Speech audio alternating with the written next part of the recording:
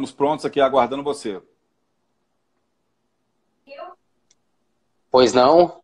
Adriano. Fabiano, me ouve?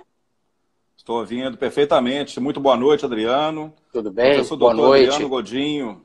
Boa noite. Seja muito bem-vindo Boa noite, ao meu caro. nosso canal do Portal Direitos, grande amigo, profissional de gabarito. Hoje nós falaremos de um tema muito interessante, gente, que é a proteção de dados e os direitos de personalidade com a pessoa que conhece esse tema assim a fundo, pesquisador da área, escritor e professor da Universidade Federal da Paraíba, professor de muita competência, que vai nos auxiliar muito nesse tema aqui agora, uma audiência que vai nos auxiliar bastante a discutir um tema caro para a sociedade virtual de hoje, sociedade da informação, que lida muito com as mídias sociais, e essa disparidade de acesso a dados, que muitas das vezes sem proteção alguma. Como é que fica isso no direito brasileiro? Nós temos um profissional, uma grande pessoa que vai lidar com isso aqui hoje. Então, Adriano, passo a palavra para você, fica à vontade, boa noite, vamos lá, meu caro. Meu caríssimo Fabiano, muito boa noite. É uma satisfação enorme estar aqui contigo e com todas as pessoas que vão nos acompanhar nessa conversa a respeito, de fato, de um tema muito importante, muito interessante, que lida, ao mesmo tempo, com tecnologia e direitos da personalidade. E é inevitável tratar desses dois temas. Eles se tocam o tempo todo. A todo momento nós estamos vinculados às tecnologias, em especial conectados à internet, e estamos, claro, exercendo direitos de personalidade. Aliás, nesse momento, nós estamos conversando pelo Instagram, nesse portal fantástico, portal de direitos, e eu recomendo fortemente que todas as pessoas acessem, e nós estamos tratando de direitos da personalidade. Nós estamos aqui conversando, nós estamos vinculando as nossas imagens, e, portanto, nada mais atual, nada mais interessante que tratar desse tema. Bem, antes de mais, meu caro, eu queria anunciar que eu coloco à disposição para sorteio um exemplar de um livro que eu lancei recentemente a respeito de temas que envolvem direitos da personalidade, mas não necessariamente conectados à tecnologia. É um livro que trata sobre o direito à morte digna, sobre eutanásia, ortotanásia, sobre diretivas antecipadas de vontade. Portanto, fico Muito absolutamente à vontade para que você governe o melhor modo de fazer esse sorteio, certo? Mas eu fico absolutamente à disposição. Então já vou dar o recado aqui agora para a nossa audiência. Aqueles que quiserem participar desse sorteio do livro do professor Adriano, deixe no direct do Portal de Direitos o e-mail de vocês, que após a live faremos esse sorteio do livro e anunciaremos ainda hoje o ganhador. Então não percam, façam esse cadastro e vamos adquirir esse livro, gente. Vamos lá. Maravilha, meu caro. Pois muito bem, vamos então dar início a uma exposição, o mais breve que eu puder, na verdade a respeito tanto de direitos da personalidade, quanto da questão, evidentemente, da Lei Geral de Proteção de Dados, estabelecendo-se aí algumas diretrizes fundamentais em relação a esses dois temas. Fabiano, amigos que estão nos assistindo, percebam bem. O que é que nós temos quando nós tratamos de pessoas e de direitos da personalidade? Em primeiro lugar, é preciso estabelecer uma premissa fundamental. A pessoa humana é o fundamento do direito. O direito existe em razão das pessoas. O direito existe para as pessoas. O direito é uma criação humana, nós somos, portanto, ao mesmo tempo, criadores e destinatários do direito, criadores e destinatários das normas jurídicas. Não por acaso, quando nós compulsamos o teor da Constituição da República, vemos, já no seu artigo 1º, inciso 3, que a tal dignidade, que é um atributo supremo, que é um valor caríssimo ao ordenamento, é a dignidade que toca à pessoa humana, exclusivamente à pessoa humana. Isso faz, com efeito, com que a pessoa humana seja o centro da ordem jurídica, ocupe a posição de centralidade do ordenamento, e os direitos da personalidade, dos quais nós vamos tratar, nada mais são do que emanações dessa dignidade. Quando nós falamos em direitos da personalidade, é preciso ter em mente que eles abarcam os direitos mais caros, mais nobres, mais relevantes que tocam a toda e qualquer pessoa humana. Nós estamos tratando do direito à vida, do direito à integridade psicofísica, do direito ao corpo, do direito à saúde de forma mais ampla, do direito à imagem, do direito à honra, do direito às liberdades várias. liberdades no plural, porque elas abarcam, claro, a liberdade de ir e vir, a liberdade de se expressar, a liberdade religiosa e, claro, um aspecto em especial cabe muito bem a esse tema. O direito à privacidade é um direito da personalidade e é, ao mesmo tempo, um direito fundamental. Foi alicerçado a essa condição de direito fundamental pelo texto do artigo 5º da Constituição da República. A privacidade é um direito da personalidade, como diz o artigo 21 do Código Civil, e é fundamental dizê-lo porque nós vamos tratar essencialmente aqui de um vetor. Como é que esse direito à privacidade vai cada vez mais se tornando ameaçado, como é que esse direito da privacidade vai se tornando cada vez mais um direito posto em xeque, quase que à beira do abismo, graças aos vários avanços tecnológicos. Pois muito bem. Então, falemos algo a respeito dos direitos da personalidade em sentido mais amplo, para na sequência passar o direito à privacidade. Como eu disse há pouco, direitos da personalidade são de fato os direitos mais caros que tocam a pessoa humana.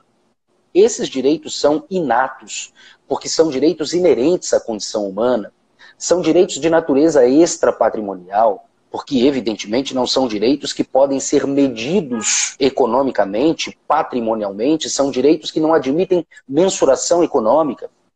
São direitos imprescritíveis, no sentido de que não se perdem, são vitalícios, porque acompanham a pessoa ao longo de toda a sua existência. E, aliás, o artigo 11 do Código Civil estabelece que os direitos da personalidade são intransmissíveis e são também irrenunciáveis. Dizê-lo significa afirmar que esses direitos são tão essenciais à pessoa que não podem se desprender dela. Nem mesmo que o indivíduo titular desses direitos, entre eles o direito à privacidade, queira, poderá se desapegar desses direitos, na medida em que esses direitos dão o tom da essência humana, dão o tom da dignidade humana. Pois muito bem, como eu afirmei há pouco, os direitos da personalidade compreendem uma série de direitos essenciais, entre eles o direito à privacidade, que está de fato colocado no centro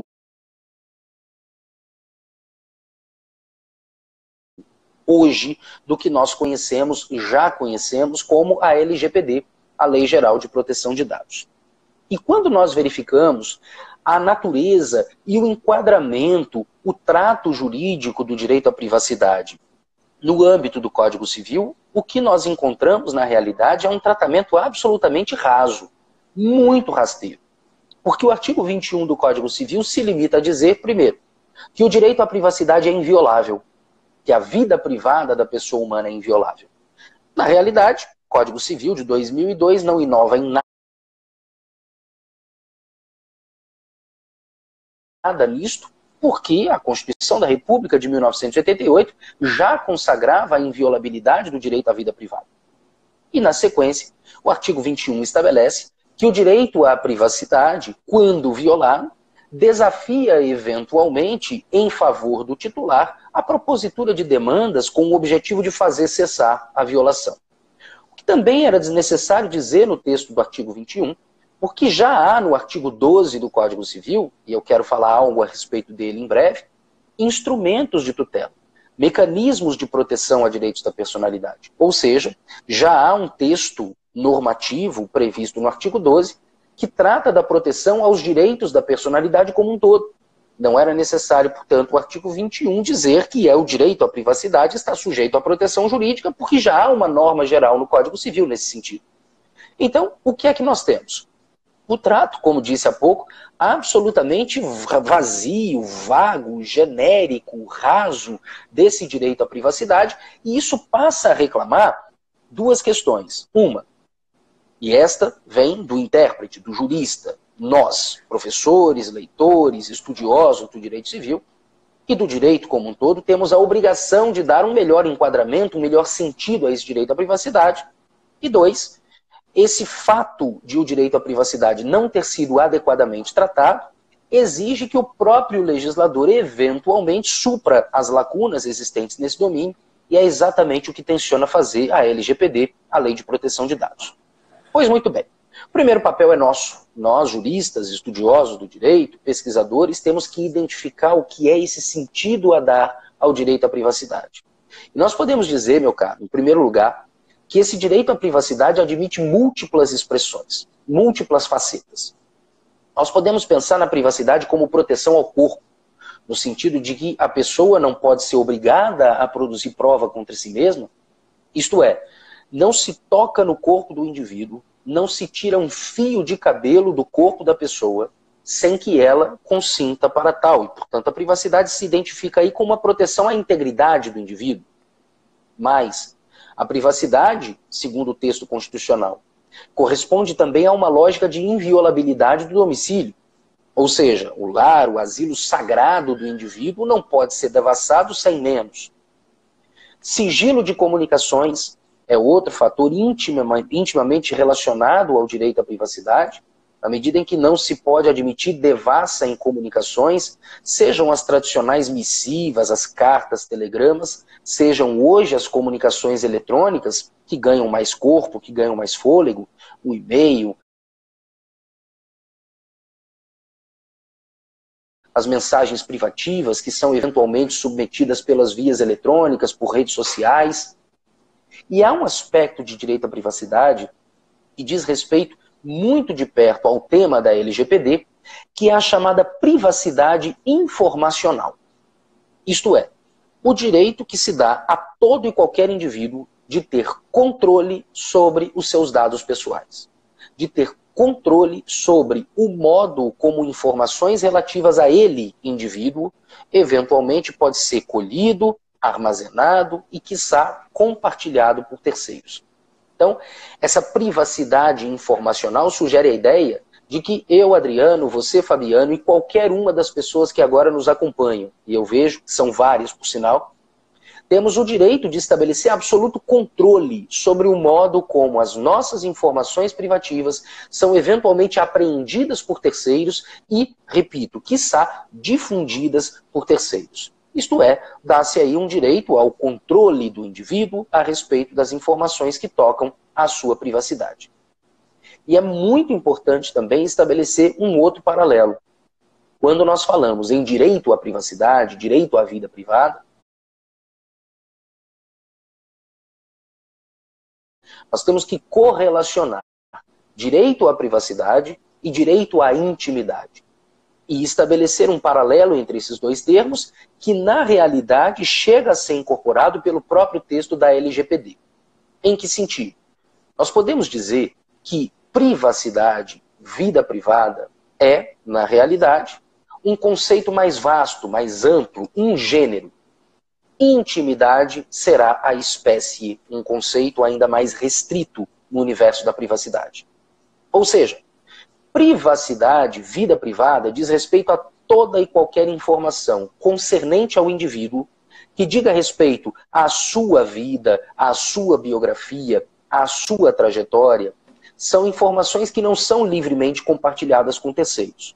São informações da biografia da pessoa que marcam a sua trajetória e que, evidentemente, correspondem a si e não são de interesse do público, não são de interesse público. E de forma mais restrita, nós diremos, além da privacidade, há o direito à intimidade, que abrange inclusive o direito ao segredo, aquelas informações que a pessoa não partilha com quem quer que seja.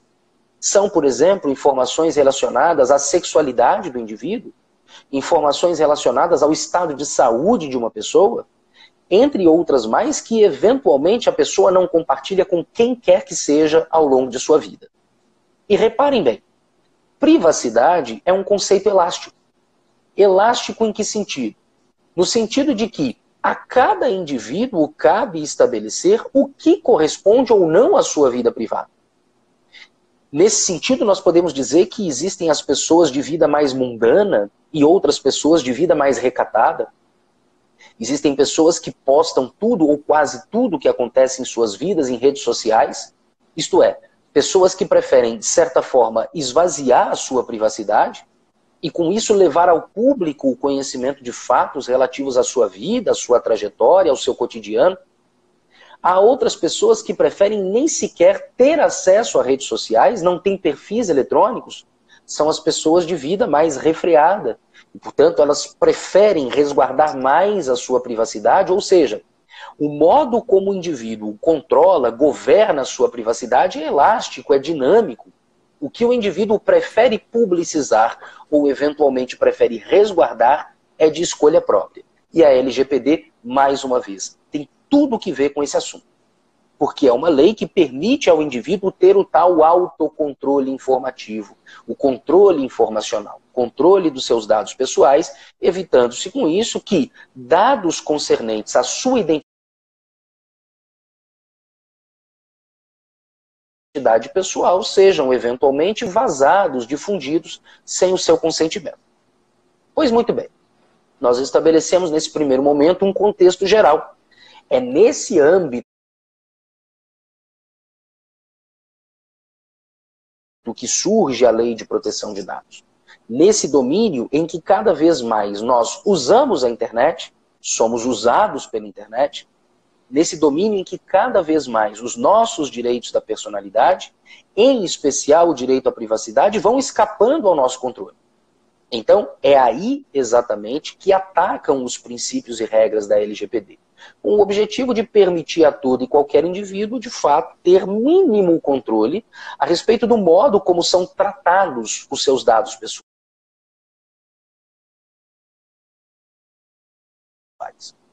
Pois muito bem. Nesse âmbito, aliás, meus caros e caras que nos assistem nesse momento, é preciso pensar, inclusive, que antes mesmo da LGPD e até antes mesmo do Marco Civil da Internet, já havia instrumentos de proteção a direitos da personalidade. Por exemplo, o artigo 12 do Código Civil, e eu referi há pouco de forma ampla, de passagem a esse dispositivo, estabelece mecanismos de tutela a direitos da personalidade, tutela de natureza preventiva, sempre que houver eventualmente ameaça a direitos da personalidade, tutela de conteúdo atenuante, no sentido de que, em havendo violação, em havendo ofensa consumada a direitos da personalidade, poderá o indivíduo, quando menos, exigir a mitigação do impacto do dano nesse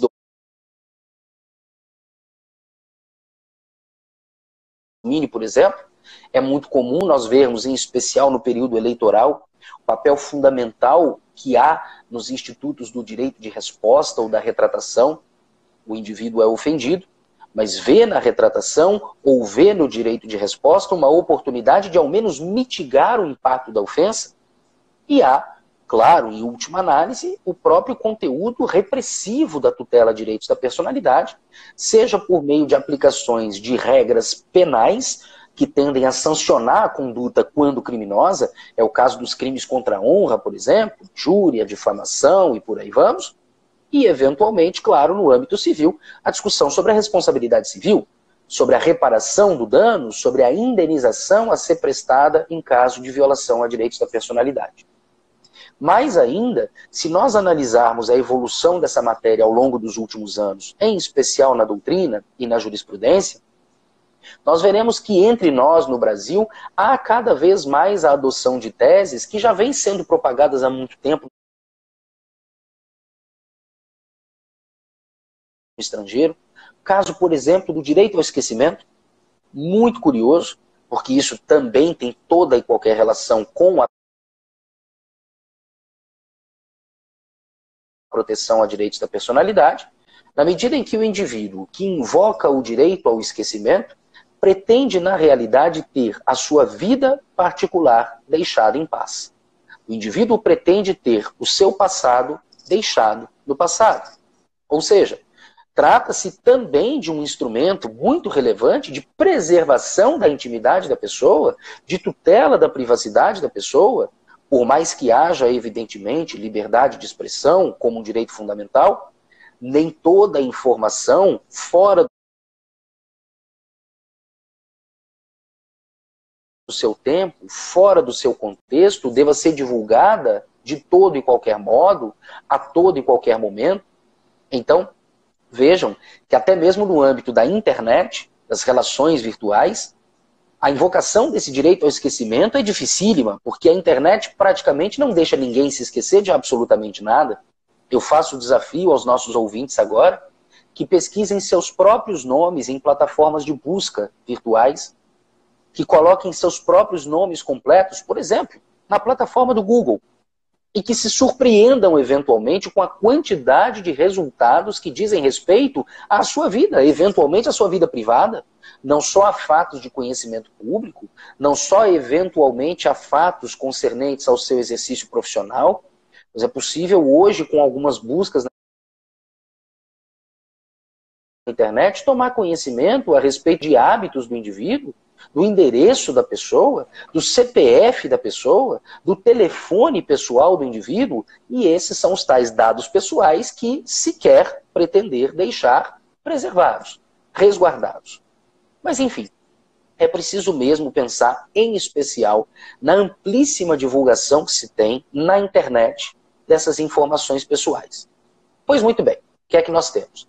Antes mesmo do advento da LGPD, da Lei Geral de Proteção de Dados, que ainda não vigora entre nós, na realidade já foi editada, já foi publicada, mas ainda em período de vacatio legis, só passa a vigorar em meados do próximo ano. Mas antes mesmo dela, houve, como nós sabemos, a edição do chamado Marco Civil da Internet, que foi a lei no Brasil, editada em 2014, que cuidou de estabelecer as diretrizes básicas em matéria de atos, fatos e relações praticados na internet. Até então, nós sabemos muito bem, dizia-se que a internet era terra sem lei. Dizia-se que tudo podia e tudo valia, porque, quando muito, por não haver lei específica que regesse esses atos no âmbito virtual, caberia recorrer ao Código Civil, ao Código Penal, ao Código de Defesa do Consumidor, quando se tratasse de matéria relativa a relações de consumo, mas não havia, de fato, legislação genérica, especialmente destinada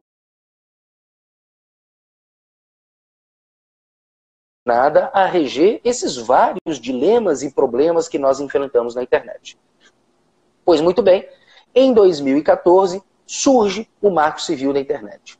Nesse contexto, já até atrasado, em que há muito nós falávamos nessa sociedade da informação, em que há essa horizontalização da liberdade de expressão, em que todos nós temos voz, todos nós temos vez, todos nós nos comunicamos, todos nós expressamos as nossas opiniões livremente nas redes, de certo modo, isso contribuiu para quebrar o que nós conhecíamos antes como uma espécie de monopólio da imprensa. Porque até então os órgãos de comunicação, os jornalistas, faziam a vez do sujeito ativo da informação. Eles nos levavam a informação e nós, sujeitos passivos, recebíamos as informações prestadas.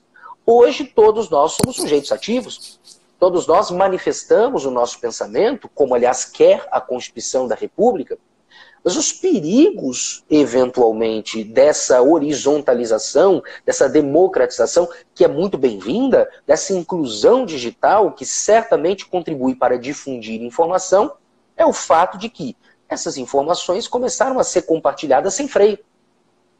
E quando essas informações dizem respeito à honra do sujeito, à imagem de uma pessoa, à privacidade de um indivíduo que não gostaria de ser retratado, que não gostaria de ter seu nome eventualmente veiculado em determinada informação, em determinada matéria?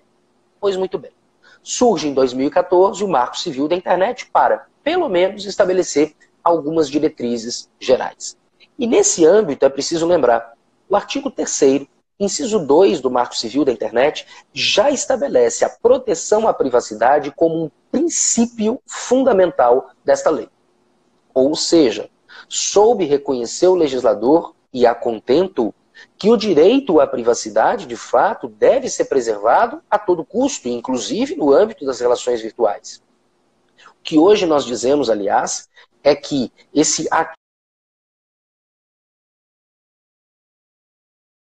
ativo informacional, essas informações a respeito de pessoas são tão caras que se atribui a Clive Humby a expressão que se consagrou mundo afora: os dados são o novo petróleo. Os dados são o novo petróleo. Qual é o valor do Facebook? Por que é que vale tanto o Facebook? Nós não pagamos para ter acesso àquela plataforma. E por que é que ela vale bilhões? porque ela concentra em si uma infinidade de dados a respeito de incontáveis milhões de pessoas, e nós, a essa altura, já sabemos como o acesso, como o tratamento, como a difusão desses dados pessoais pode ser perigosa.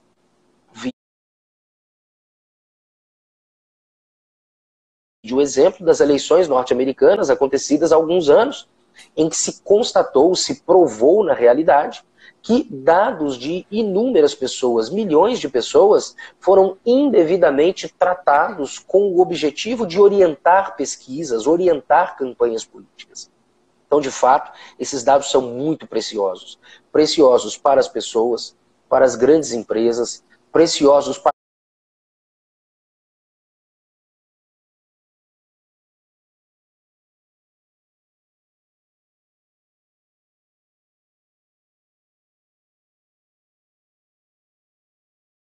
a publicidade, preciosos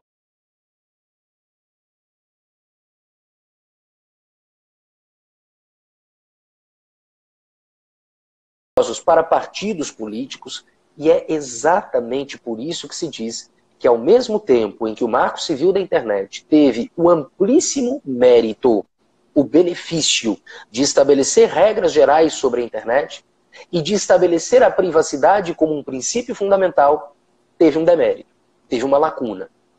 O Marco Civil da Internet, de 2014, não tratou a respeito desse problema de tratamento de dados.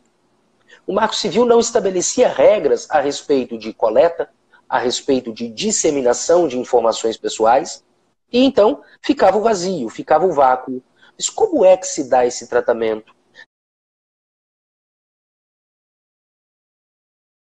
Não deveria haver consentimento pelo titular para que as suas informações pessoais fossem eventualmente apreendidas e, quiçá, compartilhadas com terceiros?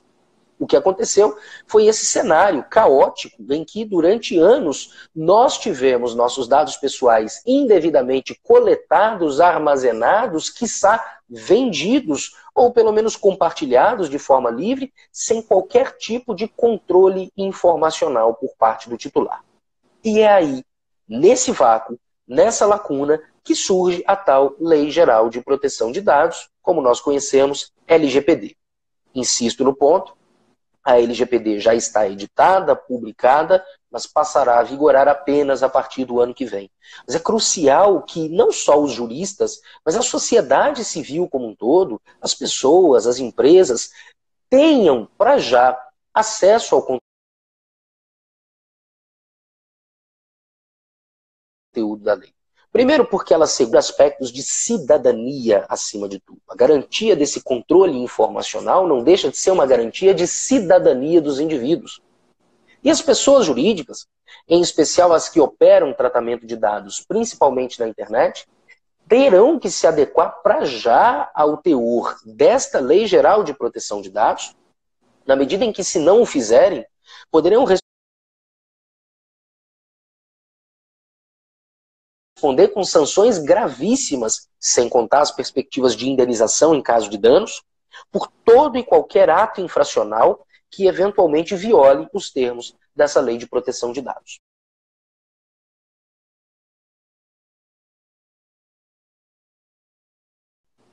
Mas, enfim, falemos um pouco mais a respeito especificamente da lei em si.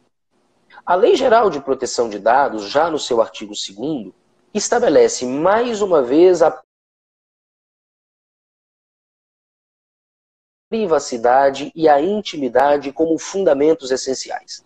Essa é a base principiológica. Ou seja, ao mesmo tempo em que a lei, claro, assegura, como já faz a Constituição da República, a liberdade de expressão, a liberdade de pensamento como preceitos fundamentais sagrados a qualquer Estado democrático de direito, estabeleceu-se ali, uma vez mais, a exemplo do Marco Civil, a proteção à privacidade e a proteção à intimidade como princípios fundamentais que devem ser observados em todo e qualquer ato que diga respeito à lei. E o curioso, e foi por isso mesmo que eu, já de início nessa exposição, tratava dos aspectos de semelhança e de correlação entre privacidade e intimidade, é que a Lei Geral de Proteção de Dados estabelece, na realidade, o conceito de duas espécies de dados: os dados pessoais e os dados pessoais sensíveis.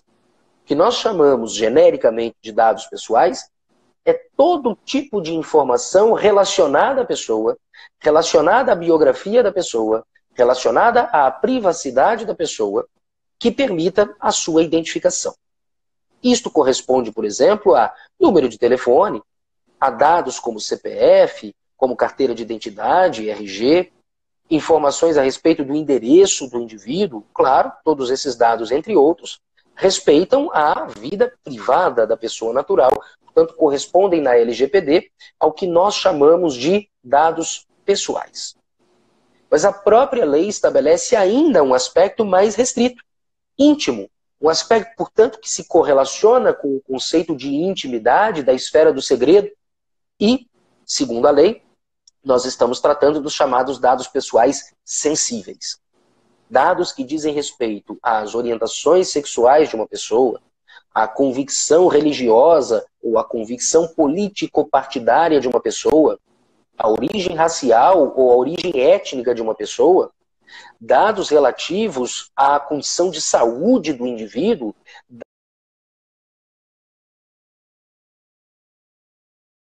dados genéticos, dados biométricos. Reparemos, portanto, que todas essas expressões, toda essa lógica dirá respeito àquilo que há de mais sagrado no indivíduo, aquilo que há de mais íntimo, aquilo que há de mais reservado. Ou seja, nós podemos dizer, grosso modo, que o que a Lei de Proteção de Dados qualifica como dados pessoais corresponde ao que nós chamamos, tradicionalmente, no direito, como dados privativos. E o que a lei qualifica como dados sensíveis corresponderá ao que tradicionalmente nós qualificamos como dados íntimos, que dizem respeito à intimidade e até à esfera do segredo das pessoas. Muito bem, não só a LGPD qualifica, conceitua dados pessoais e dados sensíveis, mas estabelece também o que significa tratamento de dados, porque esse é o objeto fundamental da disciplina, e estabelece também de que modo se deve prestar o consentimento para o tratamento desses dados. Pois bem, tratamento de dados, segundo a lei, nada mais é que toda e qualquer operação a respeito dos dados pessoais ou dados sensíveis da pessoa que digam respeito à coleta, à recepção, ao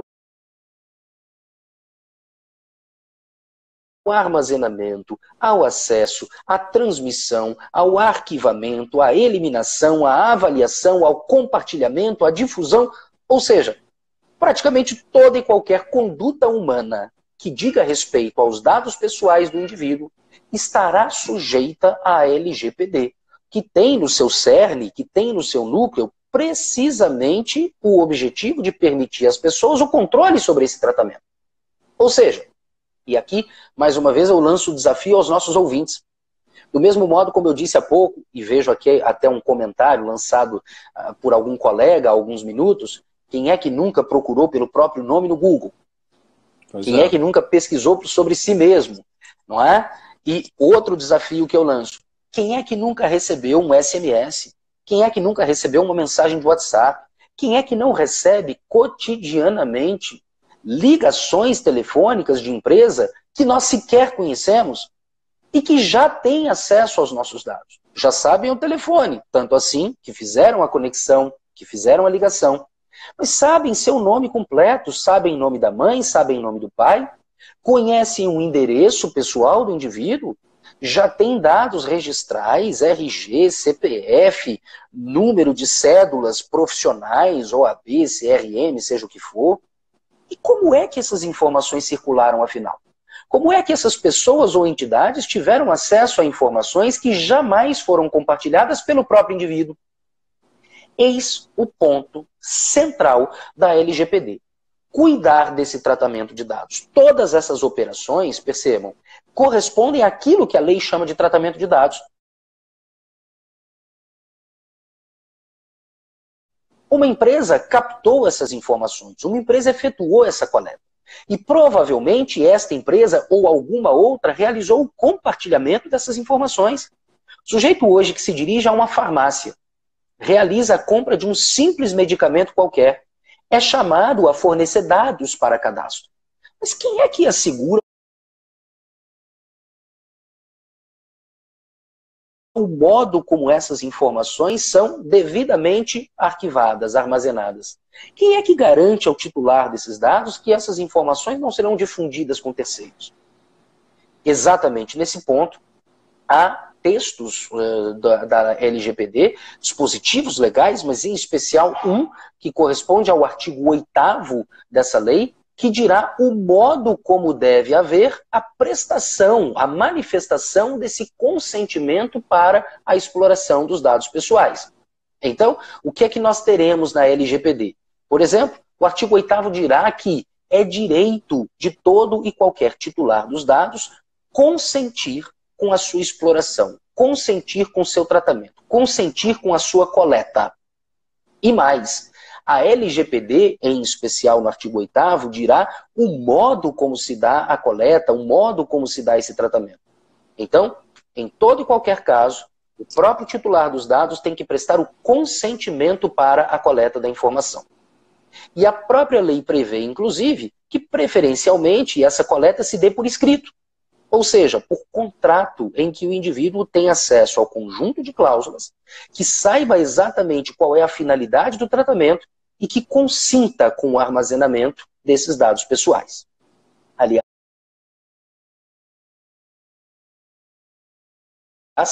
a própria LGPD, no seu artigo 8º, prevê que nos casos de manifestação por escrito, a cláusula que trata da coleta dos dados deverá vir destacada das demais, por se tratar de uma cláusula que evidentemente permite acesso à privacidade e, quiçá, à intimidade do indivíduo. Mas o consentimento prestado para o tratamento de dados nunca pode ser realizado mediante vício da vontade ou vício do consentimento. E aí ingressam aquelas clássicas figuras da teoria geral do direito civil, o erro, o dolo, a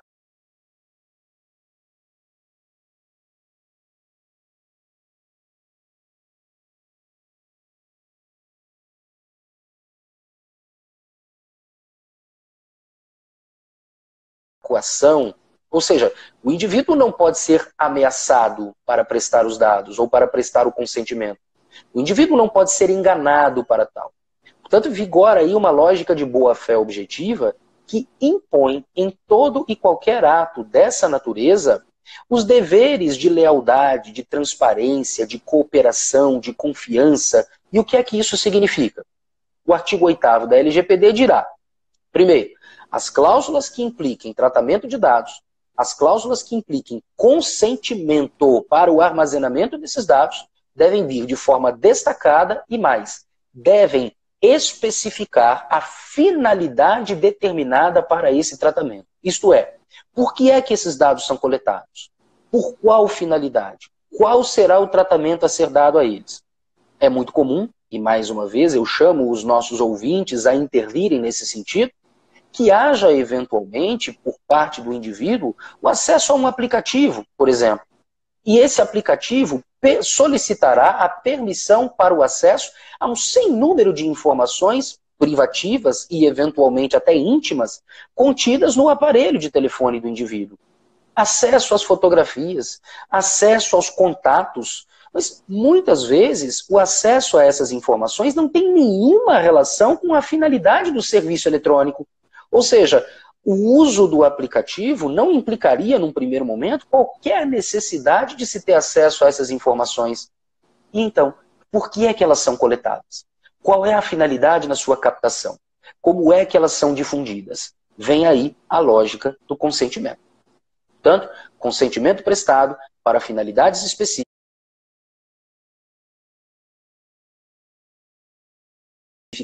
consentimento explícito por parte do titular, preferencialmente por escrito, e mais, o artigo 8º da LGPD prevê, inclusive, que esse consentimento prestado para o tratamento de dados seja revogável a qualquer tempo. Então, meu caro Fabiano, caros amigos e amigas que agora nos assistem, nos ouvem, percebam, é dado pela LGPD a qualquer um de nós, não apenas doravante passarmos a consentir ou dissentir, ou recusar o consentimento para o armazenamento, para a coleta de dados, como nós podemos, inclusive, solicitar a qualquer entidade que nos forneça acesso a quais dados nossos já foram coletados, a modo como, eventualmente, já houve o tratamento dos nossos dados pessoais. Ou seja, isso exige uma lógica de transparência, como disse há pouco, de boa-fé, de correção, de cooperação em relações jurídicas, em relações virtuais, em relações sociais. O princípio da boa-fé não se aplica apenas, estritamente, na seara contratual, embora muitas vezes aí haja, de fato, contratos. Esse princípio da boa-fé se espraia por toda e qualquer relação humana.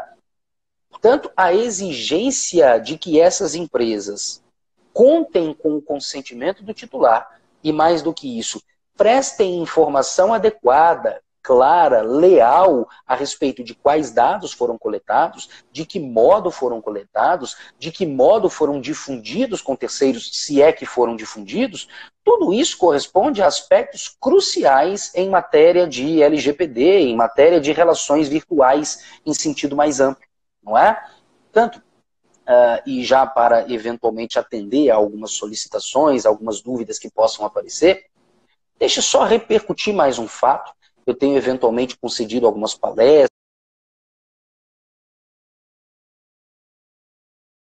feito aulas, debates a respeito desse tema. E quando nós pensamos em internet e privacidade, veja-se a que ponto é que essas questões podem alcançar. Nós estamos vivendo agora, nesse momento no Brasil, uma situação, no mínimo, delicada,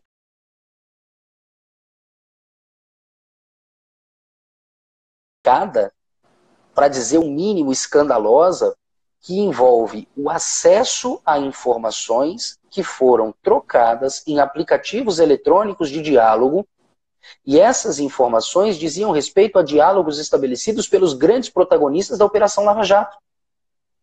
Essas informações foram captadas de forma indevida, isso é inquestionável, porque não houve o consentimento das pessoas que participavam daqueles diálogos, das pessoas que interagiam naqueles debates para que aquelas informações fossem difundidas a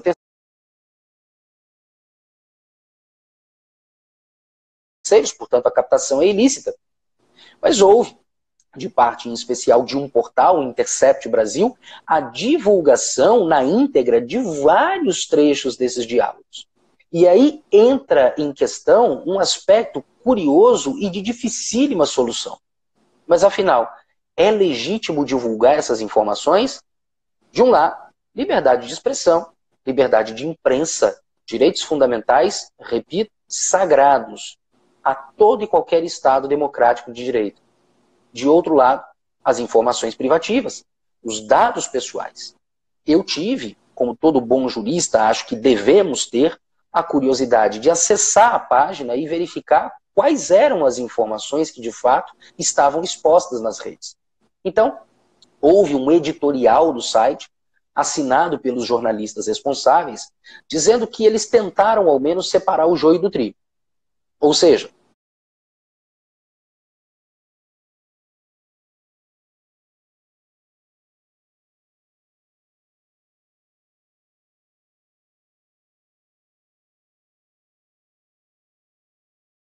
que eles obtiveram a íntegra de inúmeros diálogos estabelecidos entre aqueles personagens, mas que eles separaram o que era informação de interesse público, o que era informação jornalística e o que era informação estritamente privativa, pessoal, correspondente à noção que nós temos agora de dados pessoais, de dados sensíveis. Ou seja, conversas que eventualmente revelassem aspectos de privacidade seriam ocultadas, não seriam publicadas. Mas aquelas conversas que dissessem respeito ao modo de conduzir a Operação Lava Jato, essas, por serem de interesse público, foram divulgadas. Mas veja que para isso não há uma solução posta, não há uma solução pronta, não há lei que defina isso, nem o Código Civil, nem a Constituição, nem o Marco Civil, nem a LGPD. porque de fato nós estamos diante de uma situação delicada de conflito de interesses e, mais do que isso, de um conflito de regras, de princípios constitucionais do mesmo quilate. Porque o direito à privacidade é um direito fundamental, mas a liberdade de expressão também o é. Então nós temos aí um confronto entre valores que têm, de fato, o mesmo peso constitucional. Fabiano, como grande constitucionalista que é, saberá explicar isso muito melhor que eu, não tenho dúvida nenhuma. Mas nesse ponto tem sido invocada a técnica da ponderação, o princípio da proporcionalidade, a técnica da ponderação em alexi, propondo-se, se possível for, que esses direitos sejam harmoniosamente preservados.